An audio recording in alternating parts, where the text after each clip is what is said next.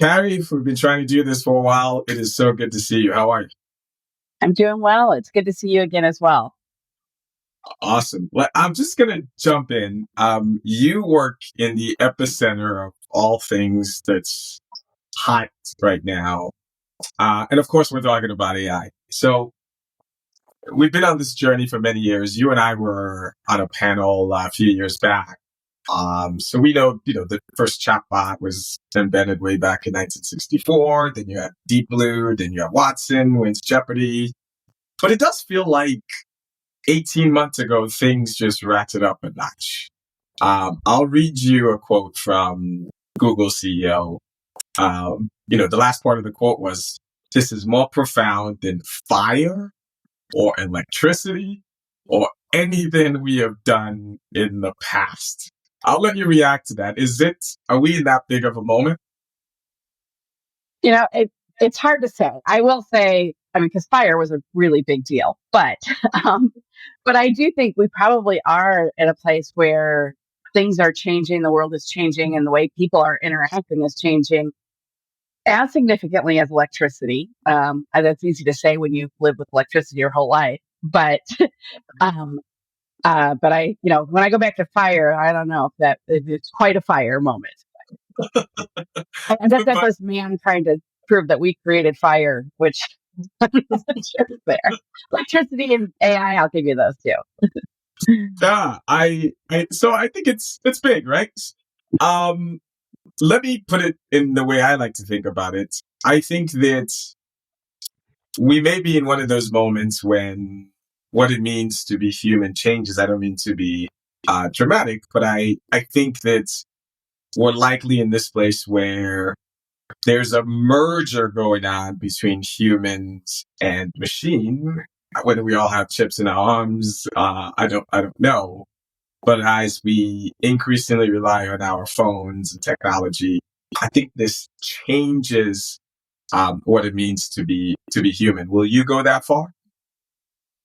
There definitely changes, no question. I mean, well, our teenagers already have those chips glued to their hands, I believe, or at least my daughter's phone never leaves their hand. Right. I Right. don't think she could live without it, right? But when I think about the change, I do think there is change happening to what it means to be human. I will say, though, there are pieces of the human like existence that I don't think we've caught quite up yet with AI in. Because I believe to have human like intelligence, you've got to have personality and emotions. Um, and and people have shown, there's studies that have shown that people don't change their behavior based on information and facts and data, like those of us who Right. love data would think, but, but they change it based on emotions and empathy. And we're not quite there yet with some of the AI. Okay. What's a moment or story that captures where we are today, where you're like, okay, things are starting to change. AI is beginning to make a big impact.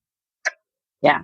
Well, I'll actually go back to what I just said is we're not quite there yet with emotion, but one of the things that we have done when we were doing an event and testing out some sort of start uh, testing out some art of the possible and Right. showing what it could do is we created this facial recognition software. So using AI, we would, when you went to order food, take a look at your expression, your emotions, and depending on what your emotions were, would be the kind of food you would get. So if you were happy, you got a hot dog. If you were sad, maybe we gave you ice cream, hoping to help get you happy, right? So based on what the machine learning and the AI determined your emotions were based on your facial expression, you got a different type of food. And so when I think of that and think of us trying to figure out how do we do some of this differently, um, the world can be very interesting very shortly here. Wow. So if I am feeling sad, it recognizes that and gives me a different kind of food. That's that is futuristic for sure. I think that if I think about all the excitement around AI, everyone, oh my gosh, this is all the changes, and on the negative side, people are andering in about what it could do. I can't help but think about a conversation you and I had years ago where you kept going back to data and data and data.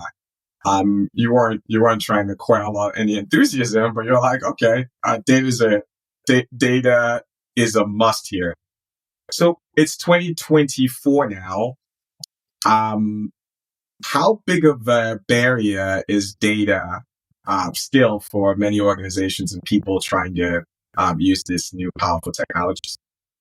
Yeah, no question, data is definitely the enabler, but there are also, I believe, some obstacles that are still in place for a lot of organizations. And three things that I see. One, a lot of organizations still do not govern their data well, which therefore makes it not reliable because, well, I've been married for 18 years almost, and I still get mail to the name that I used to have, right? So, good example of we're not doing a good job of governing and keeping our data clean. Um, Right. the second thing is we have so much data. So many organizations have so much data, they don't even know what to look for. I was sitting with a retailer just a couple days ago, and they were talking about things that they want to do differently and how can they use AI to do that. And we're like, well, you have all this data. Like, we have so much data, we don't know where to start. So that's the second obstacle that I see. The third one is our data across the globe is flawed with bias. So the systems that we created that create bias, that make some decisions based on things that don't make sense to make decision, whether it be race or whatnot, it's all there in our data. So the more we use that data and create models with it, that just magnifies and accelerates that bias. And so while, my point is, yes, data is part of the solution, it's also part of the constraints. And while there's not a quick, easy button yet, it's getting easier. People have done a better job of putting their data in the same place. They're starting to get there, but there's still those three constraints that I see in our way to make it where AI is so pervasive that it really does change the core of who we are as humans. Wow. Uh, on one on one part of that answer, I was disappointed. I was hoping there was this easy button we could tell folks just push this button, all your data problems go away. It sounds like there's advancements in things that can help you get there, but there's still work to be done. Um, Yeah, definitely advancements, but it still no, takes us going through and thinking about those three things that I just mentioned. well, I'm chatting with Carrie Steyer, she's, Chief Customer Officer for 66 Degrees. We'll put your LinkedIn, people get to know you. So I'd like to ask some fun questions. So today I'm going to ask you about a purchase that you made under $50 that changed your life in a positive way or impacted your life in some way. So for me, it'll be the Alexa Dot, right? I bought one many years ago, and it has led me down a series of purchases trying to turn my own home into a smart home. I've got a room that's when I walk in, it knows my presence and how I like everything in the room. But I also think it might bankrupt me because it's becoming a problem. I just keep going and going and going. What is that one purchase for you that was quite impactful? Yeah.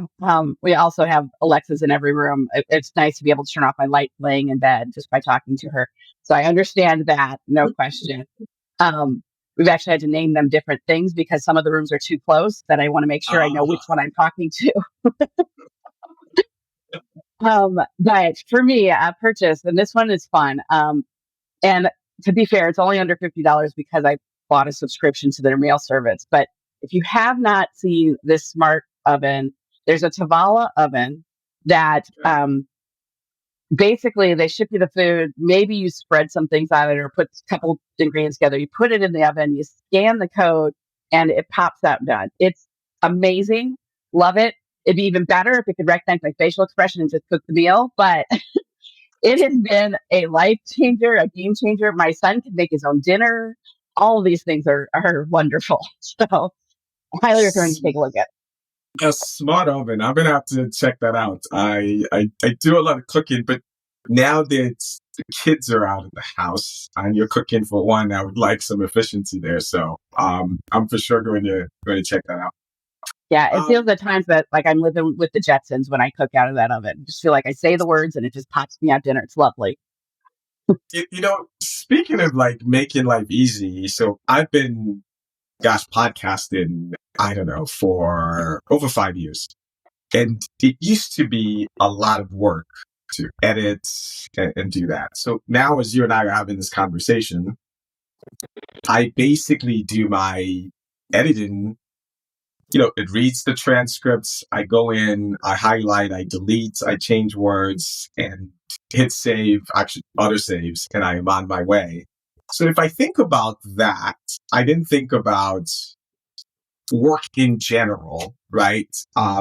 There are doomerists who talk about how AI is coming for all of our jobs. I'm not saying they're right or wrong, but that's what that feels. But there's the other side of it, which is the side I choose to take, which is that AI has the potential to make work easier, maybe take on some tasks. What do you tell the executives and companies you work with as they think about your employees and how they should be thinking about what AI will do? There are people who are nervous, there are people who are excited. How do you talk about Yeah, exactly. Actually, it's interesting. Our mission at 66 Degrees is that we're shaping the future of work by harnessing the power of data and AI. So I truly believe that future of work are these AI empowered enterprises. And what that means to me is it means that these enterprises, they're going to be successful because they're responsibly using AI and data to create data driven insights.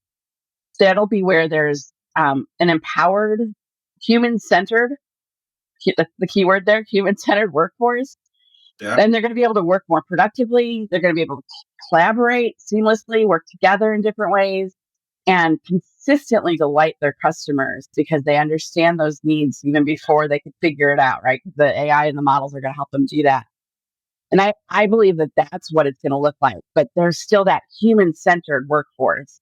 There's nothing that changes being face to face with somebody, shaking hands, listening. And so you actually really know what to look for in your data and being part of that interaction to create some of those emotions that I mentioned, which change behavior. It's going to be there regardless. Hmm. I I I have this feeling that I don't think we are ready on the people side. Every week there's some new technological advancement as though we've consumed the last 30 that came out, like, over the last several weeks. And I kind of have this theory that it's the people side that might be limiting progress. Um, and what you just said also probably reinforces some of that, right? You just painted a picture and a vision for the world you don't hear on television, right? Or you don't hear on social media. Instead, what you hear is some fear mongering or right? This is some automatic cool thing. And there's this middle ground that says, gosh, it can help the human side. Talk a little bit about, what do we need to do to get the humans on board for progress to happen faster? Yeah. I think we need to be willing to remove some of the constraints that we have. We as humans put constraints on our thinking. And we've got to be able to remove that and think, hey, what can we imagine differently? How do we move forward and take advantage of this? I'm at a dance competition with my daughter here, and she just bought a pair of slides yesterday because, you buy things when you're at these. But I love this organization because what they're trying to do is help girls and boys and whoever wants to buy these think about the fact that they're limitless. It actually says, I am limitless on these slides. Mm. We've got to be willing to change our thinking to say, hey, what could we do now? And how do we do it in a new way that allows us to take advantage of the technology and improve how we interact with each other as human versus just work within the old constraints of the world that we've always been used to. Honestly, we start to do that seamlessly. We don't necessarily always notice it. I think about, my kids have grown up in an era where, they don't understand what live television is because there never really was. Okay. You can always stop, rewind, play whenever you want to.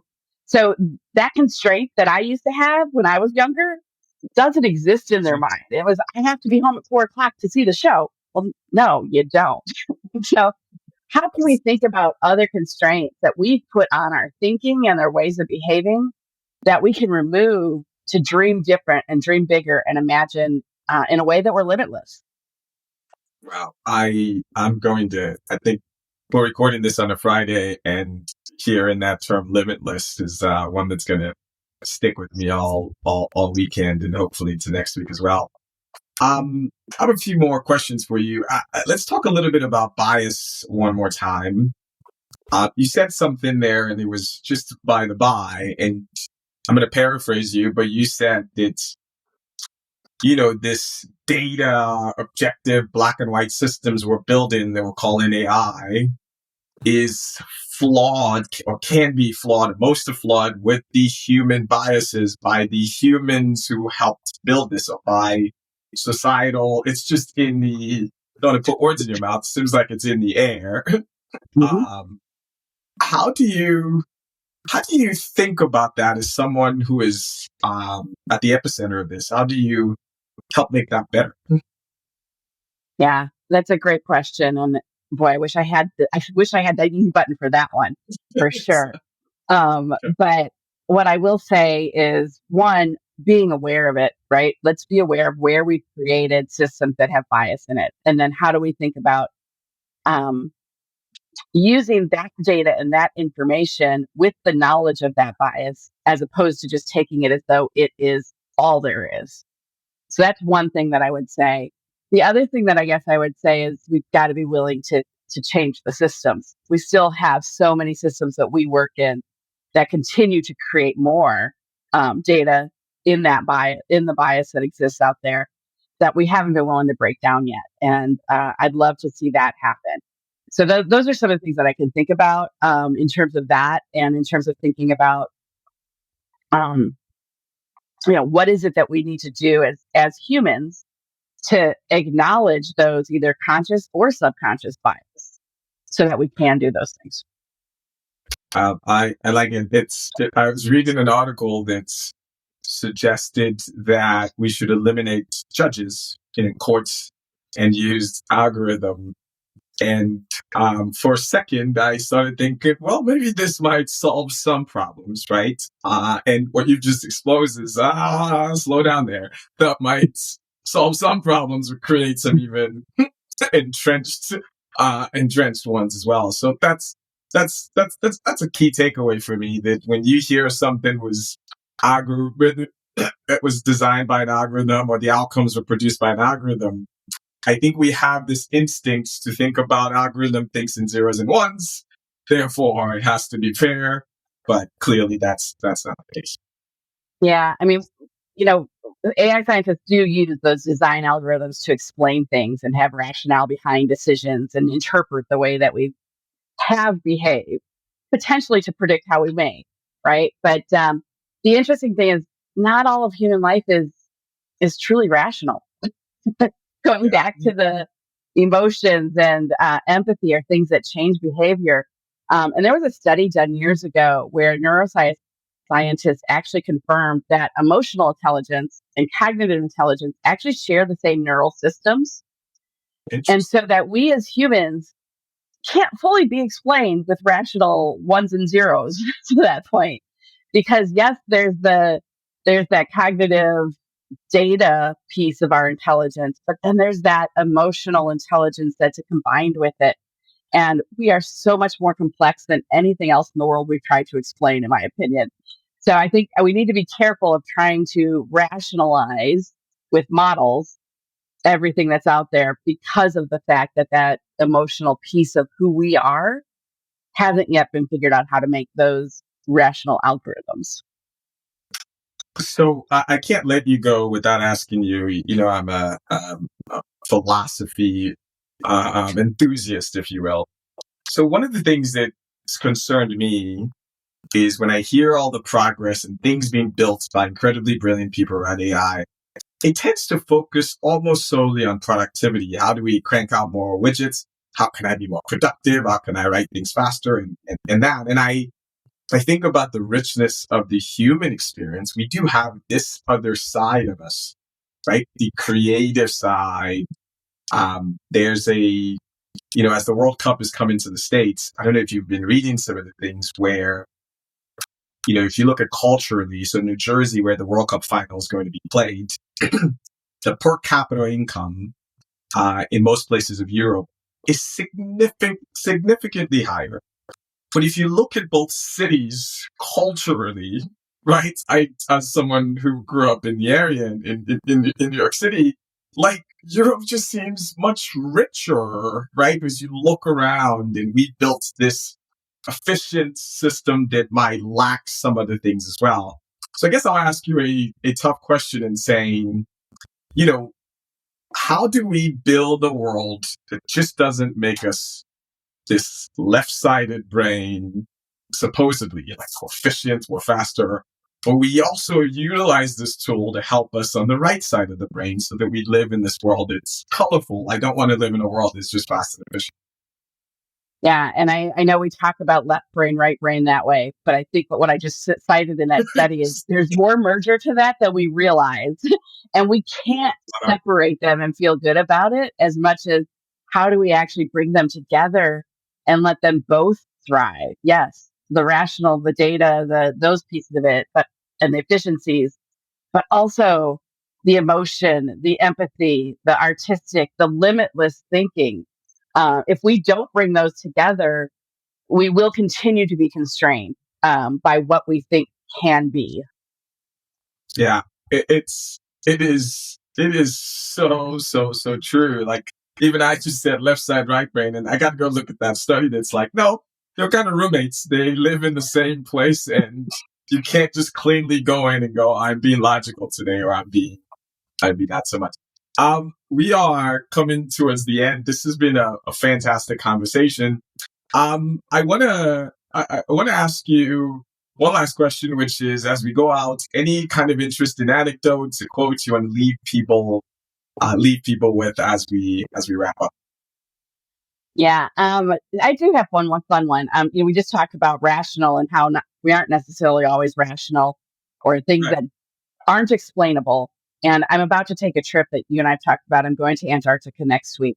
And so I've been reading up and studying things. And Deep Lake in Antarctica is so salty that it can't freeze, even when the temperatures are negative 15 below Celsius, right? Which does not seem logical in the least. So But it's a there's water that can't freeze, no matter the there's temperature. water that can't freeze because of the saltiness, to the point of having water and salt combined, it makes something different, right? And so logically it should freeze at that Right? temperature. So I just think if we allow ourselves to look around the world and look within ourselves and look with some of these models, there's probably more of that exists. So something that seems like it should be logical, but it's not actually accurate. And so that's one of the things I guess I will leave you with, is that's not always the case. I will leave you with this, and you may or may not know this. The most popular vehicle in the late 1800s was an electric vehicle. In fact, so I was reading on this, about 18 months ago. It was actually inevitable that we were all going to be driving electric cars. The same conversations about batteries and mileage and distance and all that were identical, and it was inevitable until, of course, history changed, Henry Ford, etc. And here we are here. Fast forward, we're back again in the 2020s having the exact same conversations. I say this to my friends and people like you and I who are deeply in this space and think that it's just inevitable. As long as the technology is there, we will change the world in this way. It gives me a sense of humility. It says that there are all of these factors, and we shouldn't take any of this progress for granted, because nothing is inevitable in that way. Yeah, Well, I mean, we shouldn't take the progress for granted, for sure. And I do drive an electric car, and I love the fact that it's even almost self-driving. Not really, but boy, I can't wait till they fly. I'll say that, Amas. I'd much prefer that. I live in Chicago. The traffic is horrible. Let's get to that point. that's a good place to leave it. Carrie wants flying cars. The rest of it, who cares? I want the oven that can read my brain and just cook me the food based on my mood. That's what I want for the future. Carrie, this has been awesome. Thank you so much for coming. We hope you will come back and see us again soon. Thanks so much. Appreciate it. You've been listening to an Amos Talks production.